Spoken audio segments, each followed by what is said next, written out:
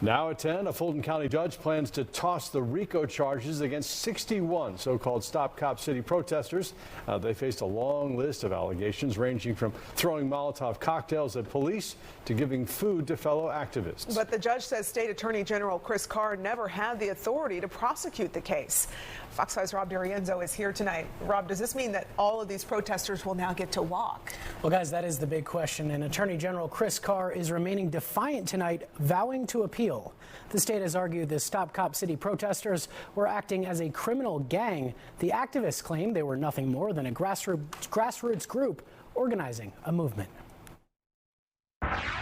A stunning turn Tuesday in a massive case against activists who fought against the construction of Atlanta's Public Safety Training Center. The Fulton County judge says he will toss the RICO charges against the 61 defendants. The state is having a hard time even explaining what this indictment is about. The allegations ranged from hurling Molotov cocktails at cops to supplying food to activists camped out near the site.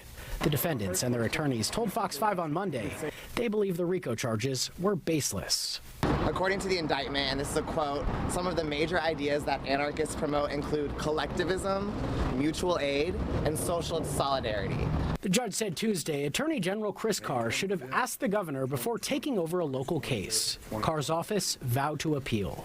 It writes, quote, the Attorney General will continue the fight against domestic terrorists and violent criminals who want to destroy life and property. Governor Kemp's spokesperson says, quote, nothing in the court statements from today should create any doubt about our support of this prosecution, and we'll continue to do everything in our power to hold these individuals accountable. What happens when the state says that these concepts are unlawful? It can suppress our very human urge to engage in these very human things. 5 of the 61 defendants also face arson and domestic terrorism charges after a 2023 night of rage downtown when a cop car was torched and windows were smashed. Defendant Jamie Marscano believes the state set out to ruin his life, with or without a conviction. The process itself is the punishment. The Cop City RICO has been like a scarlet letter A for anarchism that stitches stigma into all of my clothes and every corner of my life. State leaders pushing for the RICO charges say the group acted as a gang trying to intimidate and obstruct the construction of the police training complex. Marscano believes they tried to punish him for his beliefs. Because whether or not you agree with my politics is irrelevant. If the state is able to indict my beliefs today, what will that mean for you tomorrow?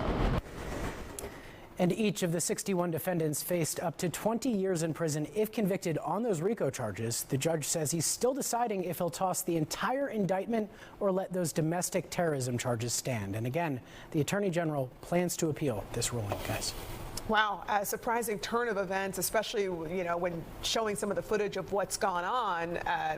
It'd be pretty surprising if they walked away scot-free from all of this. Well, and it's interesting because a lot of these protesters say that they were just peacefully protesting and grouped in with the violent protesters. So it's going to be interesting to see the court work through each and every case as these remaining indictments still remain for those domestic terrorism charges. Yeah, and of course, worth making it clear that the protest was entirely unsuccessful. That Public Safety Training Center is now in operation. Yeah, we're open for business now. Yeah. All right. Rob, thanks. Yeah.